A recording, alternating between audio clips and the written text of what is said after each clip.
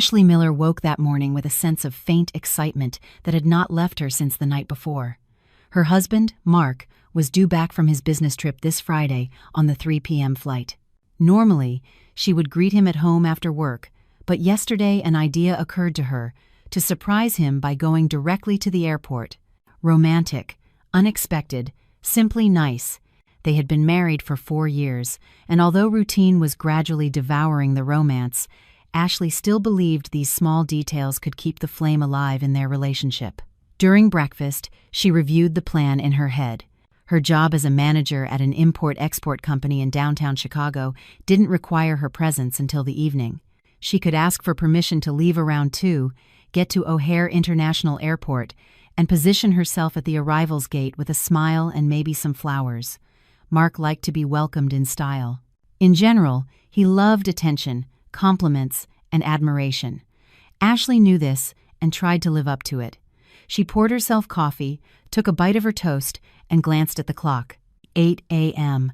6 hours until she needed to leave for the airport. She needed to close out all her work tasks to be able to leave early without any guilt. Ashley dressed quickly, choosing light-colored slacks and a white blouse, elegant yet understated. She applied a little more makeup than usual. She styled her hair in soft waves. She wanted to look especially good for Mark. At the office, the morning passed at its usual pace. Ashley checked emails, answered calls from clients, and coordinated shipments with partners. Her colleagues went about their business. Some discussed plans for the weekend, others complained about the workload. Ashley worked with concentration, trying not to get distracted by others' conversations. By noon, she had closed all urgent tasks, handed a couple of documents to her colleague Megan, and approached her director's office. Susan Vance was sitting at her desk, engrossed in studying some reports. Ashley knocked on the door and entered. "Susan, may I leave a bit early today?" "I need to pick up my husband from his business trip," she asked, trying to speak in a casual tone to not show too much excitement. The director, a strict but fair woman in her 50s, looked at Ashley with appraising eyes. "Are all the reports submitted?" she asked. "Yes, everything is ready. If anything urgent comes up, I'll be available," Ashley assured her. "Fine, you can go, but be here Monday at 9 sharp. "Of course, thank you." Ashley quickly gathered her things, said goodbye to her colleagues, and left the office. Outside, it was a warm May day. The sun was pleasantly warm. A light breeze rustled the leaves on the trees along the magnificent mile. Her mood was high, almost festive. She called a Lyft and headed for the airport. On the way, she checked the airline's mobile app. The flight was on schedule, with no delays. Perfect. Everything was going wonderfully. The ride to O'Hare took about an hour with the traffic on the Kennedy Expressway. Ashley sat in the back seat, looking out the window at the rapidly passing scenery and thinking about how happy Mark would be to see her at the airport. He loved being spoiled with attention. Lately, they had both been too busy with work. They barely saw each other, and conversations were reduced to everyday matters. Perhaps this gesture would be the start of something new. It would help bring back the closeness that had somehow been gradually slipping away. She arrived at the airport 40 minutes before the arrival time. She went into a Starbucks in the terminal, bought a cappuccino and a croissant, and sat at a table by the window where she could see the flight information board. The plane from London, which Mark was on, was already landing. Ashley finished her coffee, picked up her bag, and walked to the international arrivals exit. It was crowded for a Friday, the end of the work week, with everyone rushing about their business. Families greeted passengers with flowers and balloons. Some held signs with last names. Lovers embraced after being apart. Ashley settled onto a bench, not far from the glass doors where passengers emerged. From here, she had a good view. She definitely wouldn't miss Mark. The plane landed on time. Now she just had to wait about 25 minutes while the passengers deplaned and collected their luggage. Ashley took out her phone and opened her text thread with Mark. His last message had come that morning. "Taking off. Will you pick me up at home?" She had replied then, "Of course, honey. I'll be waiting." Now she wanted to laugh. What a surprise this would be. Mark definitely wasn't expecting to see her here. The minutes dragged on slowly. Ashley watched the flow of people coming out of the arrivals area. Some ran toward their loved ones with open arms. Others walked confidently toward the taxi stand. Some just walked with their eyes fixed on their phones. Families with children, business people with briefcases, young couples. Life was bustling, and Ashley felt like a part of that movement. Finally, about 27 minutes after landing, she saw a familiar figure. Mark, tall, broad-shouldered, in a black leather jacket and dark jeans, with a small travel bag over his shoulder, his hair slightly messy, his face with a light stubble. This was exactly how he looked after business trips. He walked with a confident stride, looking straight ahead, smiling. Ashley felt a knot of joy and anticipation tighten inside her. She was about to stand up, step forward, call out to him, but suddenly she froze. Mark was not walking toward the taxi exit. He was walking to the side, toward where a young, very attractive, slender woman stood, wearing a light beige coat and with long dark hair pulled back in a high ponytail. She was smiling, and not just smiling, she was glowing as if she were greeting the dearest person in the world. Her eyes sparkled, her lips stretched into a wide, sincere smile. Mark walked up to her, and they embraced. Not formally, not like colleagues or acquaintances. They hugged the way people who have missed each other terribly hug. The woman pressed herself against him, burying her face in his chest. Mark held her tightly by the shoulders, like a loved one, leaned down, and whispered something in her ear. She laughed, running a hand through his hair, and they walked toward the exit together. Mark had his arm around her waist. She pressed herself against his side. They looked like a couple, like lovers. Ashley sat on the bench, feeling a chill spread through her body. The cappuccino she had just drunk suddenly tasted bitter. Her hands grew cold, her mouth dry. Her brain scrambled to find an explanation. Maybe she's a colleague, maybe an acquaintance, but colleagues don't hug like that. Simple acquaintances don't look at each other like that. And the woman's smile, and the way Mark held her, everything screamed that there was clearly more between them than just a professional or friendly relationship. Ashley stood up, not taking her eyes off the receding couple. Something inside her broke, as if a taut string had snapped. She wanted to run up, grab Mark by the hand, and ask, "Who is she? What is going on?" But an instinct for self-preservation stopped her. If she approached him now, Mark would find an explanation. He had always been a master at getting out of awkward situations. He would say something like, "This is Isabella, a colleague from another branch. I'm just helping her get into the city." Or, "Oh, you misunderstood everything. We're just friends."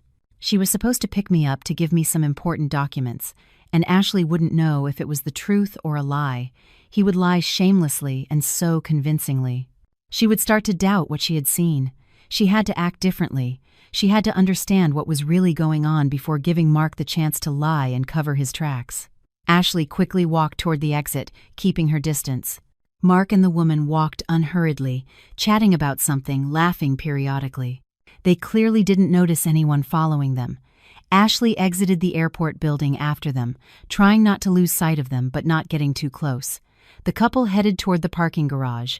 Ashley stopped at the taxi stand, took out her phone, and pretended to check messages, watching them from the corner of her eye. Mark and the woman approached a silver sedan. The woman took the keys out of her coat pocket and pressed the fob. The car's lights flashed. They got in, Mark in the front passenger seat, the woman behind the wheel. So it was her car. Ashley walked up to the first available taxi driver, an older man with a gray mustache and a kind face. "Can you follow that car?" she asked, nodding toward the silver car that was already starting to pull out of the parking spot. The taxi driver looked at her in surprise, raising his eyebrows. "Are you serious?" "Yes. Just don't lose them, please. I'll pay whatever it costs." Ashley tried to speak firmly so he would understand she wasn't joking. The man shrugged but started the car. "Okay, get in. Just if they notice us and start speeding, I'm not responsible for the consequences." "Understood." Ashley got into the back seat. The taxi pulled out, following the silver car at a discreet distance. Ashley stared out the window, feeling her heart pound. She didn't know what she expected to see, but she needed to know where they were going, what they were doing. She needed to understand if her suspicions were true or just a horrible coincidence. The silver car headed toward the Lincoln Park neighborhood. They drove for about 20 minutes. Ashley didn't take her eyes off them, watching as Mark occasionally turned to the woman, saying something. She would laugh, keeping her hands on the wheel. They looked relaxed, happy, as if there was nothing wrong with what they were doing. Finally, the car stopped near a modern apartment building on Clark Street. The woman turned off the engine. Mark got out of the car, took his bag from the back seat. The woman got out too. They walked toward the entrance of the building together. Ashley saw Mark place a hand on the woman's back, guiding her forward. They went inside together.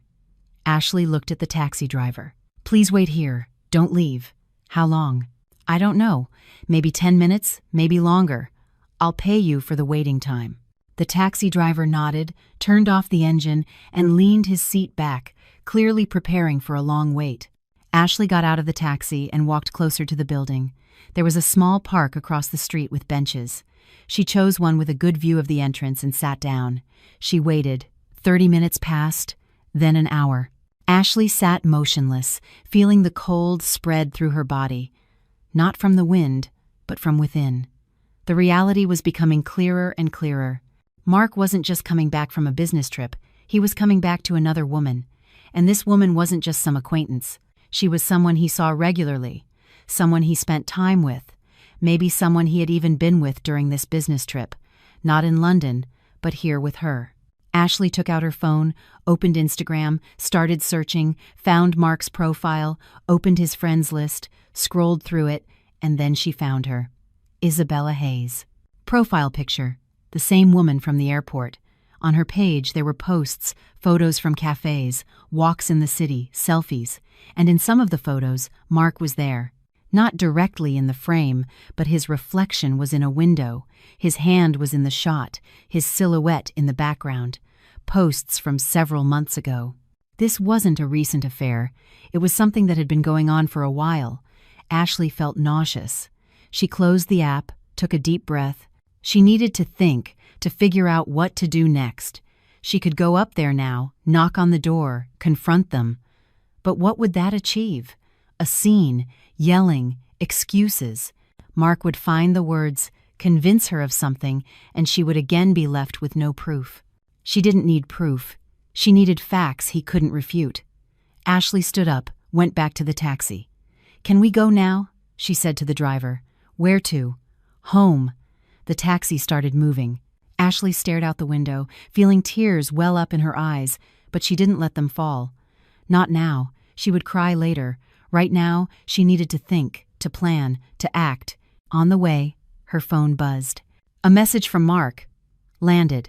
"Traffic is a nightmare. I'll be a little late. Are you home?" Ashley looked at the screen. He was lying. Lying as easily as if it were the most natural thing in the world. She replied, "Yes, I'm home. Don't worry, I'm waiting for you." Short, neutral. She didn't need to show she knew anything. Not yet. The taxi dropped her off at her house in the Lakeview neighborhood. Ashley paid, including for the wait, thanked the driver, and went up to her apartment. She opened the door and walked in. Everything was as usual, tidy, clean, familiar. But now this home no longer felt safe. It felt like a stage set where a happy life was being performed, a life that didn't actually exist. Ashley put down her purse, took off her shoes, and went to the kitchen. She needed to calm down, to gather her thoughts. She poured herself a glass of water, drank it in one gulp, then another. Her hands were trembling slightly. She sat down at the table, rested her head in her hands. She needed a plan.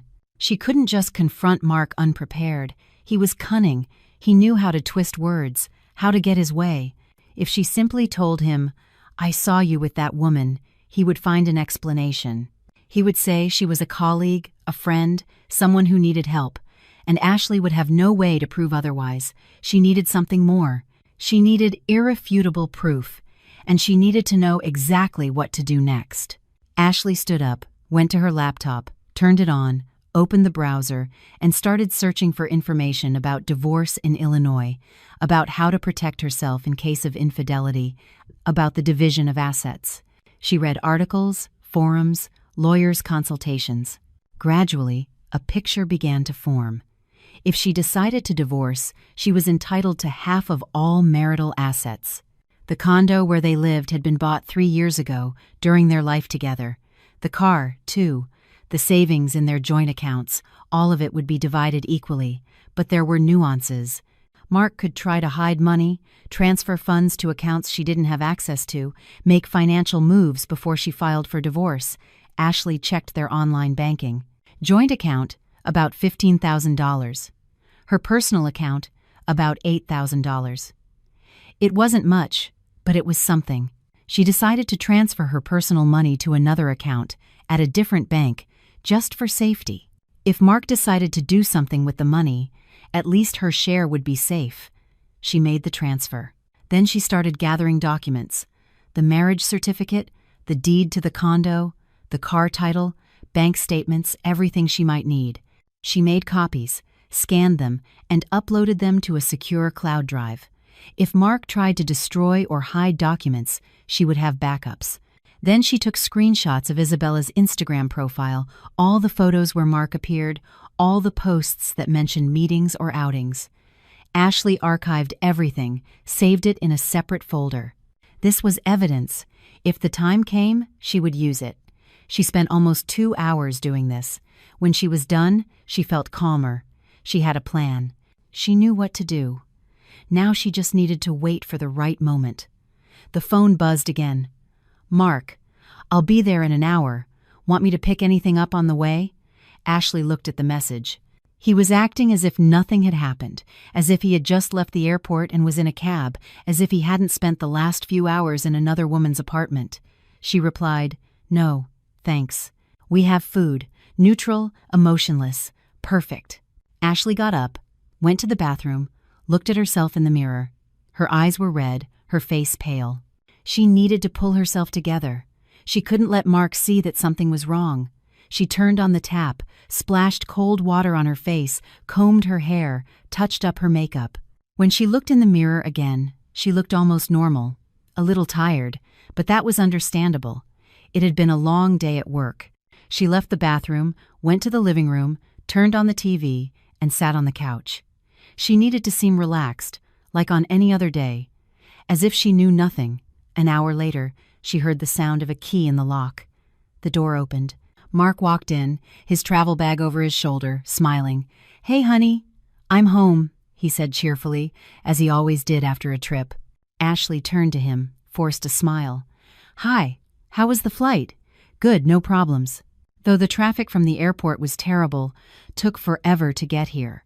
A lie, a complete lie. But he said it so naturally, with such conviction, that it could almost seem true. "I'm glad you made it back safely," Ashley said, keeping her tone light. Mark dropped his bag, came over to the couch, leaned down, and gave her a kiss on the cheek. Ashley forced herself not to pull away. She couldn't show any rejection.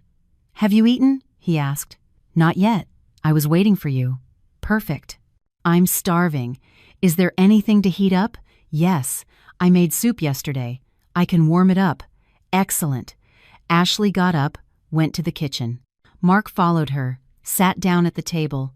He started talking about his trip, about the meetings, the clients, about how they had closed a big deal. He spoke with enthusiasm, with details. It seemed genuine, but Ashley knew it was all a performance. A well-crafted lie. She heated the soup, served it to him. He ate with gusto, continuing his story. Ashley listened, nodded, asked the right questions, playing her part. She realized she was doing it quite well. After dinner, Mark went to take a shower. Ashley stayed in the kitchen, washing the dishes. Her hands moved automatically while her mind kept racing. How long had this been going on? How many times had he lied? How many business trips had really been meetings with Isabella? Mark came out of the bathroom, went to the bedroom. Ashley finished the dishes, dried her hands, and went to the bedroom too. He was already in bed, the TV on, flipping through channels. "Are you okay?" he asked without looking at her. "You seem a little tired." "Just a long day at work," Ashley replied, sitting on the edge of the bed. Well, get some rest. Tomorrow is Saturday. You can sleep in." "Yes." Ashley changed her clothes. She got into bed. Mark was still watching TV. Eventually, he turned off the light on his side. He turned to his side of the bed. Ashley turned too, her back to him. She closed her eyes, but sleep wouldn't come. She listened to his breathing, to every sound he made, and felt the anger building inside her. Anger, pain, humiliation, all mixed into a tight ball in her chest. But she didn't cry. She wouldn't do that. She wouldn't give him that satisfaction. Instead, she started to plan. Plan how she would confront him. Plan how she would divorce him. Plan how she would take her life back. And as she lay there in the dark, next to the man who had betrayed her, she made a decision. She would not be a victim. She would not let him break her. She would stand up, she would fight, and she would win. Because she deserved it. She deserved better than this. She deserved truth, respect, and dignity, and she was going to get it, no matter what it took. Saturday dawned, sunny. Ashley woke up early, despite having slept little. Mark was still asleep, snoring lightly. She got up quietly, left the bedroom, went to the kitchen, made coffee, and sat by the window. The city was slowly waking up. People walking dogs, morning runners, the occasional car passing by. Ashley picked up her phone, searched for divorce lawyers in Chicago, and found several with good reviews. She chose one, Daniel Shaw, a specialist in divorce cases involving infidelity. She read the reviews. Satisfied clients, won cases, professionalism. Perfect. She wrote an email. Good morning. My name is Ashley Miller. I need a consultation regarding a divorce. My husband has been cheating on me. I have proof. Could I meet with you as soon as possible? She sent the message. She put the phone down. She didn't expect an immediate reply. It was Saturday morning. But at least she had taken the first step. Mark woke up around 10. He came out of the bedroom, yawning, his hair a mess. He went to the kitchen, saw Ashley by the window. Morning, he said, reaching for the coffee. Morning. You've been up for a while. A couple of hours. Couldn't sleep? No. Mark poured himself coffee. He sat down across from her. Something bothering you? Ashley looked at him. He seemed genuinely concerned. Such a good actor. Just thinking about work, she lied. It's Saturday. Don't think about work. Easy for you to say. Mark shrugged, sipped his coffee. He didn't press the issue. It probably suited him for her to be worried about work and not something else. What are your plans for today? He asked. Nothing special. Maybe do some cleaning, watch a movie. And you? I was thinking of going to the gym. Then maybe meet up with Chris for a few beers. Okay. Silence. Awkward. Tense. Ashley felt it, but she did nothing to ease it. Let him feel uncomfortable. Let him wonder if something was wrong. They had breakfast in silence. Then Mark showered, got dressed, and grabbed his gym bag. I'm heading out. I'll be back in a few hours. Okay. He left. Ashley waited until she heard the door close. Then she went to her computer, opened her email. There was a reply from Daniel Shaw. Good morning, Ashley. I can meet with you on Monday at 10 a.m. My office is on Michigan Avenue, number 45, third floor. If that works for you, please confirm. Ashley replied immediately. Perfect. See you on Monday at 10. She closed the email, feeling a sense of relief. On Monday, she would have answers. She would know exactly what steps to take. She spent the rest of Saturday cleaning, organizing, trying to keep herself busy. Mark came back in the afternoon, as he had said. He seemed relaxed, in a good mood. He talked about the gym, about Chris, about plans for the upcoming week. Ashley half listened, nodding when necessary. They had dinner together, watched a movie. Mark tried to get closer to her on the couch, put his arm around her. Ashley subtly moved away, saying she was cold and needed to get a blanket. He didn't insist. The night passed. Sunday, too. 2 days of pretending everything was fine. 2 days of acting. By Sunday night, Ashley was exhausted, but she was also determined. Monday would change everything. On Monday morning, Ashley woke up early. Mark was still asleep.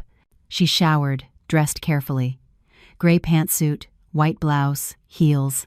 Professional, serious. She looked at herself in the mirror. She looked confident, good. She left the apartment without waking Mark, took the L train, and arrived at Daniel Shaw's office 10 minutes before her appointment. The building was modern, professional. She went up to the third floor, Found the office. The receptionist greeted her with a smile. Ashley Miller. Yes, Mr. Shaw is expecting you. This way, please. She led her to an office. Daniel Shaw stood up from his desk.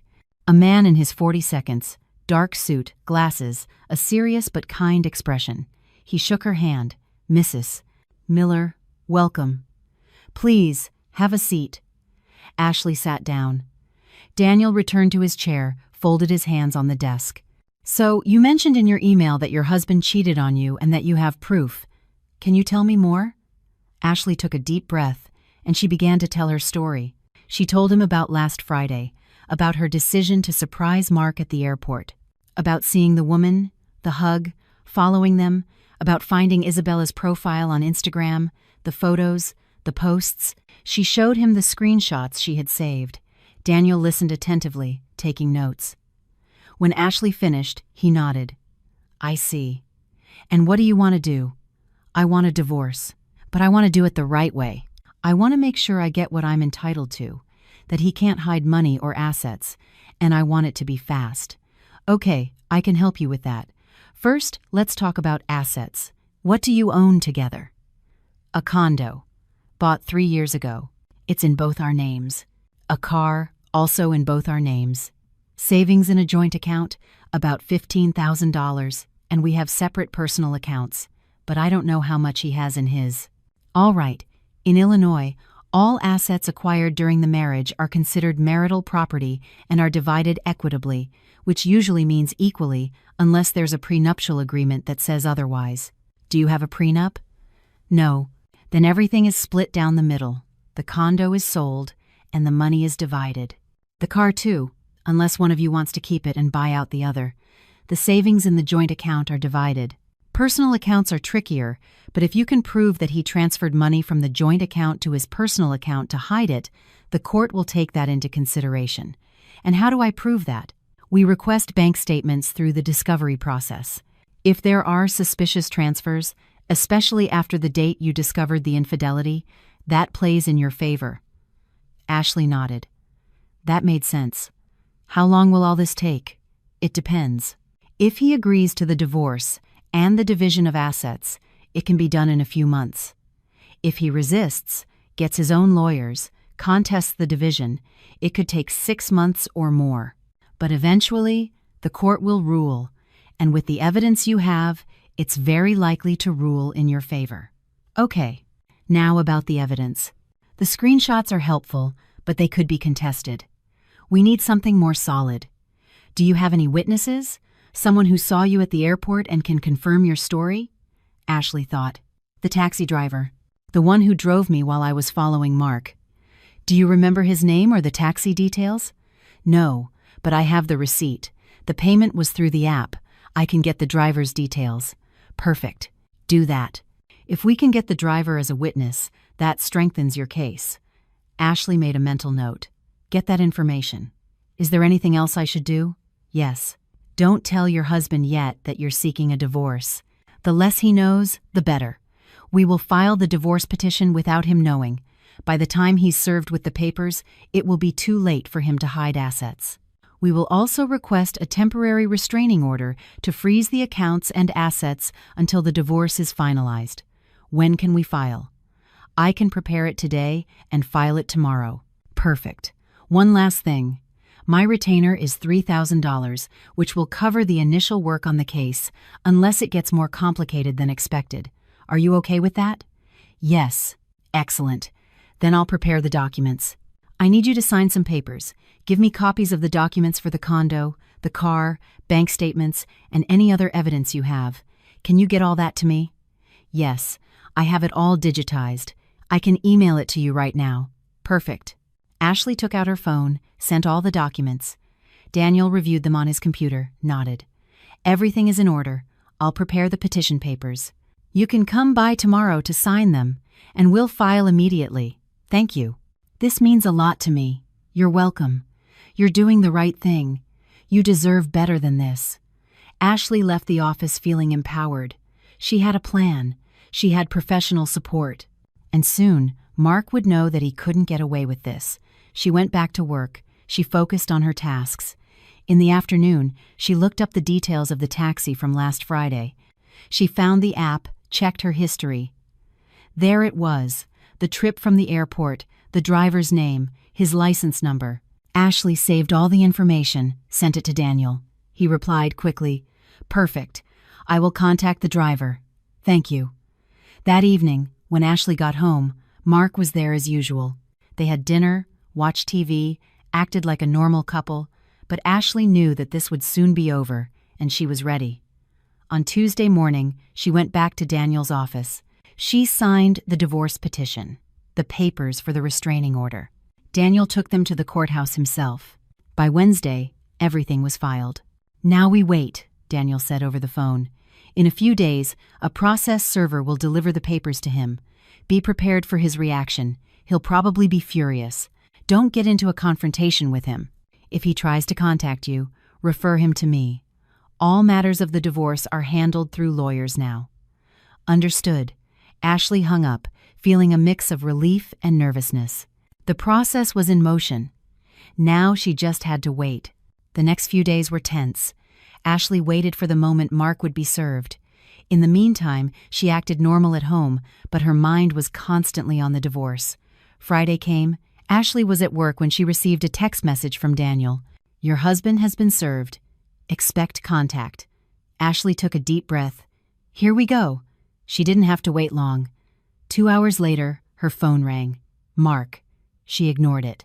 He called again. Ignored again. Then a text message came through. "What the hell is this? A divorce petition? Are you kidding me?" Ashley didn't reply. As Daniel had said, she would not engage in direct contact. Another text. "Answer me now." Ignored. More calls. All ignored. Finally, a voicemail. "Ashley, this is ridiculous. You can't just file for divorce without talking to me first. We need to discuss this. Call me." Ashley deleted the voicemail without listening to it completely. She didn't need to hear his excuses, his anger, his manipulations. Instead, she sent a single text message. "All communication regarding the divorce will be handled through my lawyer, Daniel Shaw. Here is his information." And she attached Daniel's contact details. Mark replied almost immediately, "Are you serious? You won't even give me a chance to explain." Ashley didn't reply. She blocked his number. That evening, when she got home, Mark was there. He was waiting for her. As soon as she walked in, he stood up from the couch. "Why did you do this?" he demanded, his voice loud, angry. "You know why," Ashley said calmly, closing the door behind her. "No, I don't. You filed for divorce without even talking to me." There was nothing to talk about. "Of course there was. You're being irrational. Whatever you think you saw, you're wrong." Ashley put down her purse, turned to face him. "I saw you, Mark, at the airport with that woman. I saw how you held her, how you left together. I followed you. I know where she lives. I saw her Instagram profile. I saw the pictures of you two together. I know everything." His face went pale. His mouth opened, closed, opened again. He was searching for words, but couldn't find them. That's not. It's not what you think. Save it, Ashley said. "I'm not interested in hearing your excuses. I know the truth, and I'm divorcing you. The papers are filed, the restraining order is in place. You can't touch our assets, and in a few months, this will be over.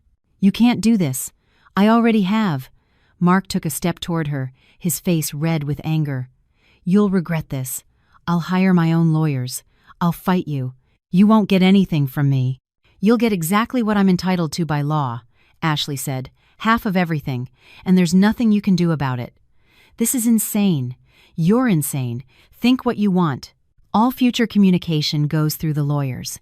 Ashley walked past him, went to the bedroom, closed the door, and locked it.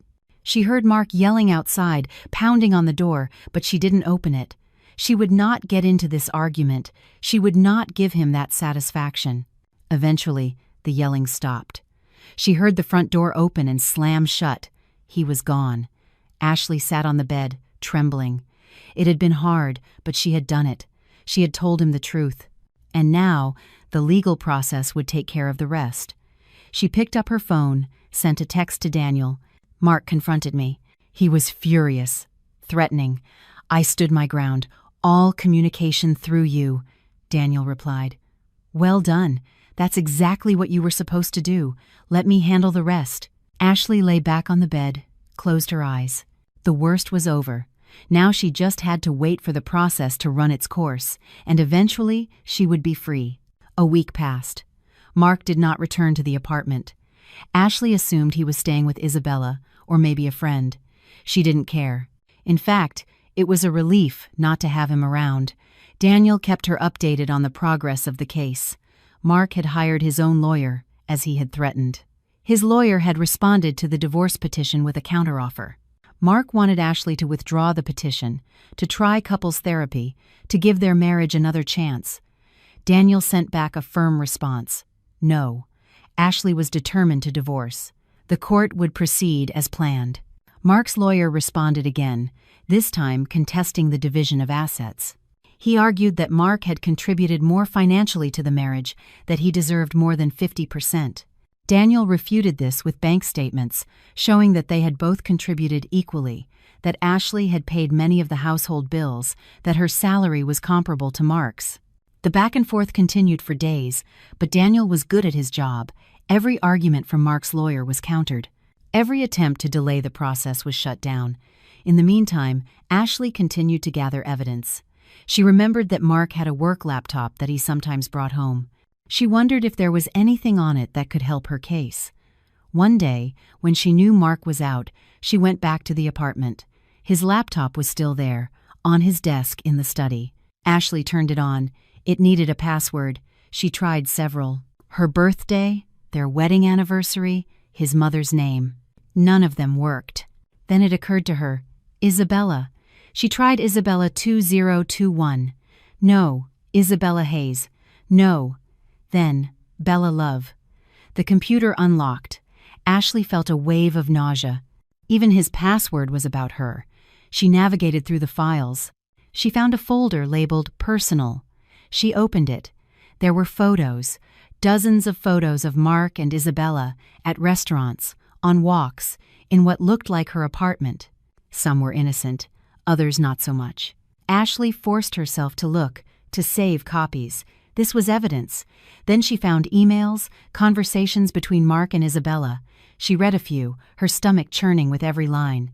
Mark telling Isabella he loved her, that he would leave Ashley soon, that he was just waiting for the right time, that Ashley was boring and predictable, and Isabella was everything he'd been looking for.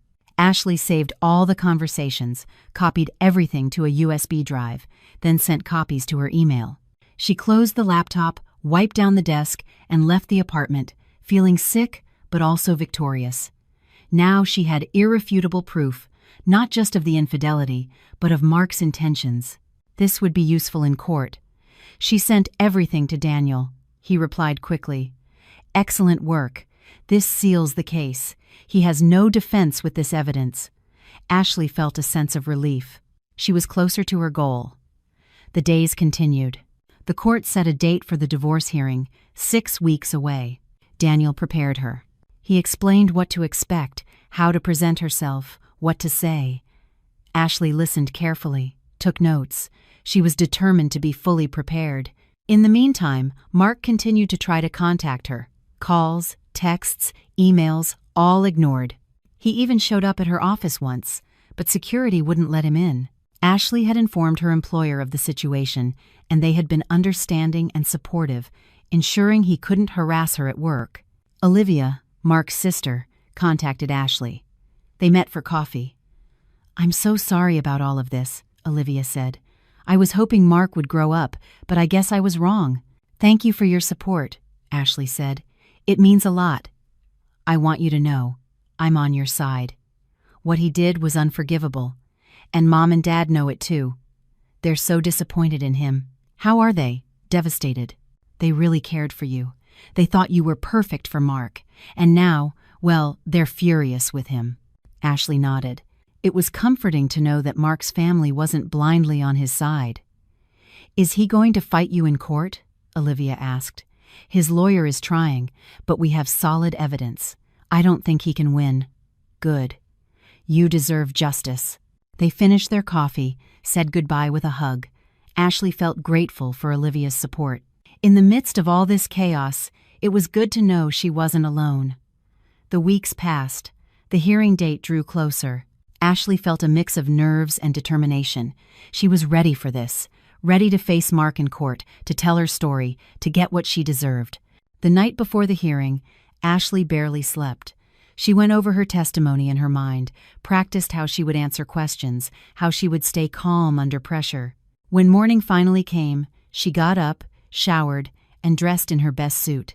Professional, confident, strong. That's how she needed to look. Daniel picked her up from her apartment. They drove to the Daly Center courthouse in silence. When they arrived, she saw Mark waiting outside with his lawyer. Their eyes met briefly. He looked tense, angry. She looked away, followed Daniel inside. The courtroom was small, formal. The judge, a woman in her 60s with a stern expression, sat at the front. Ashley and Daniel sat on one side, Mark and his lawyer on the other. The judge called the court to order, and the hearing began. We are here today for the dissolution of marriage case of Ashley Miller versus Mark Miller. Mrs. Miller, please present your case. Daniel stood up, spoke on Ashley's behalf. He presented the evidence. The screenshots, the photos from Mark's laptop, the emails, the testimony of the taxi driver. He painted a clear picture of infidelity, lies, and betrayal. Mark's lawyer tried to object, to argue that the evidence was obtained illegally, but Daniel countered, pointing out that Ashley had a right to access the computer in their shared home, that she had not broken any laws.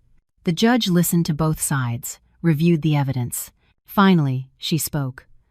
Based on the evidence presented, it is clear that Mr. Miller was involved in an extramarital affair. This constitutes grounds for dissolution. The court grants the dissolution of marriage. Regarding the division of assets, all marital property will be divided equally between both parties. The condo will be sold and the proceeds divided. The car will be sold and the proceeds divided. The joint bank accounts will be divided. Furthermore, Mr. Miller has been found to have attempted to dissipate assets by transferring funds to a personal account. These funds will be returned to the marital estate and divided equally. Mark jumped to his feet. This is unfair. She tricked me by going through my computer. Sit down, Mr. Miller, the judge said firmly. The decision is made. If you wish to appeal, you may do so through the proper channels, but for now, the divorce is final. Mark sat down, his face red with fury.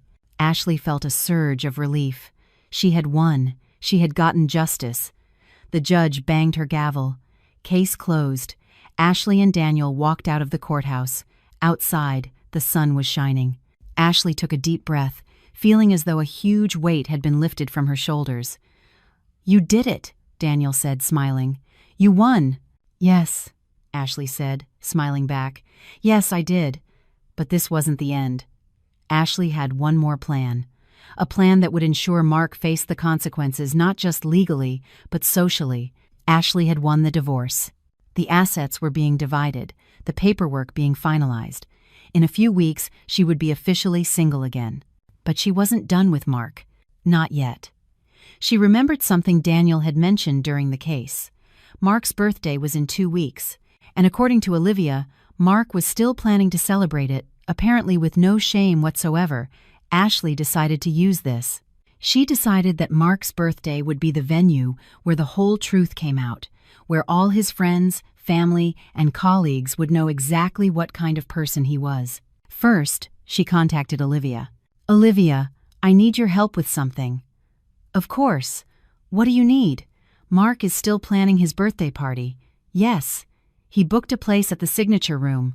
Why? I want to go. And I want to tell everyone there what he did. There was a pause. Are you serious? Completely. He deserves for everyone to know the truth. Not just his close family, but everyone. His friends, his colleagues, everyone. That would be a huge scandal. I know. And he deserves it. Another pause. Then Olivia spoke. You're right. He does deserve it. Count me in. I'll help you. Thank you. Over the next few days, Ashley prepared. She organized all her evidence, screenshots, photos, emails, the taxi driver's testimony, the court's decision. She put it all into a clear, concise presentation, and she waited. The night of Mark's birthday arrived. Ashley dressed carefully, a sleek black dress, heels, perfect makeup. She looked stunning, confident, strong. She arrived at the signature room at the top of the Hancock building around 7 p.m. The restaurant was upscale, with beautiful views of the city. Inside, the party was already in full swing. Mark was in the center of the room, surrounded by friends, laughing, drinking, clearly enjoying himself. When he saw her walk in, his laughter died. His face went pale. "What are you doing here?" he hissed, walking toward her. "I came to celebrate your birthday," Ashley said calmly. "You're not welcome here." "Oh, I think everyone here will be very interested in what I have to say." Mark grabbed her arm. "Don't you dare!" Ashley pulled away. "Get your hands off me." He let go, glaring at her with hatred. Ashley walked past him. She walked to the front of the room, where there was a small stage with a microphone. She picked it up, switched it on. "Good evening, everyone," she said, her voice clear and steady. "My name is Ashley Miller, and I'm Mark's wife. Or rather, his ex-wife, since our divorce was just finalized." The room went silent. All eyes were on her. "I know many of you are wondering why we got divorced. Mark has probably told you his version of the story, but I'm here to tell you the truth." She paused, looked around the room. She saw Mark's parents, Vince and Nancy, staring at her in shock. She saw Olivia nodding in support. She saw Mark's colleagues, friends, all waiting. "Mark cheated on me for at least 8 months with a woman named Isabella Hayes. I have proof, photos of them together. Emails where he tells her he's going to leave me for her. Conversations where he calls me boring and predictable. All of it was presented in court, all of it verified, and the court ruled in my favor. There were murmurs around the room. Mark was standing near the stage, his face red, his fists clenched. But that's not all," Ashley continued. "Mark also tried to hide money. He transferred funds from our joint accounts to a personal account, thinking he could trick me, leave me with nothing. But the court discovered this too, and ordered the money to be returned and divided equally." More murmurs. Some of the guests started taking out their phones, recording. "I want you all to know this, because Mark is good at lying. He's good at manipulating, but he's not as good as he thinks. And he deserves for everyone to know his true character." Ashley stepped off the stage. The room was in total silence. Mark was staring at her with absolute hatred, but he said nothing. What could he say? Everything Ashley had said was true, and he knew it. Vince walked up to his son. "Is this true?" he demanded. Mark didn't answer. "Answer me. Did you cheat on your wife? Did you try to steal from her?" It's complicated." "It's not complicated. It's simple. Either you did it, or you didn't." "Yes. Okay. Yes. I did it." "Happy?" Vince shook his head in disgust. "You're a disgrace. A disgrace to this family." He turned and walked away, Nancy following him. Other guests started to leave too, muttering to each other, shooting looks of disgust at Mark. Olivia came up to Ashley, gave her a hug. "Well done," she whispered. Ashley nodded, feeling exhausted but victorious. She had done it. She had exposed Mark for who he really was, and now everyone knew. She walked out of the restaurant, the cool night air refreshing. She felt lighter than she had in months. The weight of the betrayal, the secrecy, the pain, it had all been lifted. Now, she could move on. Olivia caught up with her outside. "Where are you going?" she asked. "Home, I guess. Come with me. Stay the night. You shouldn't be alone after this." Ashley nodded gratefully. "Thank you." They went to Olivia's apartment. She made her tea. They sat on the couch, talking for hours. Olivia told Ashley about her own experience with betrayal in a past relationship, how she had moved on, found happiness again. "It will pass," Olivia said. "The pain will lessen. And eventually, you'll find someone who deserves you, someone who will treat you right." "I hope you're right," Ashley said. "I am. Trust me." Ashley stayed at Olivia's apartment that night. In the morning, she went back to her own apartment. Mark wasn't there. He had probably stayed somewhere else, ashamed to face anyone after last night's scandal. Ashley packed her things, moved into the rental apartment she had secured. It was small, but it was hers. A new beginning. 3 months passed. The condo and the car had been sold, the money divided. Ashley received her share, about $50,000, which she deposited into her new bank account. It wasn't a fortune, but it was a start. The scandal at Mark's birthday party had spread like wildfire. Everyone in their social circle now knew the truth. Many had cut him off completely. His reputation was ruined. Isabella, the mistress, had also disappeared from his life. According to Olivia, when Isabella found out that Mark had lied to her about already being divorced, that he had in fact tried to steal from Ashley, she ended things immediately. Mark was alone. Ashley, on the other hand, was thriving. Her boss, impressed with her handling of a difficult situation, had offered her a promotion. She was now a senior manager with a 30% raise in her salary. She accepted, happy to have something to focus on, something to give her purpose. She also started socializing again. She joined a gym, met new people, reconnected with old friends she had neglected during her marriage. Slowly, her life was filling up with good things again. One day, months after the divorce, Ashley was having coffee with a friend when her phone rang. It was an unknown number. She hesitated, then answered.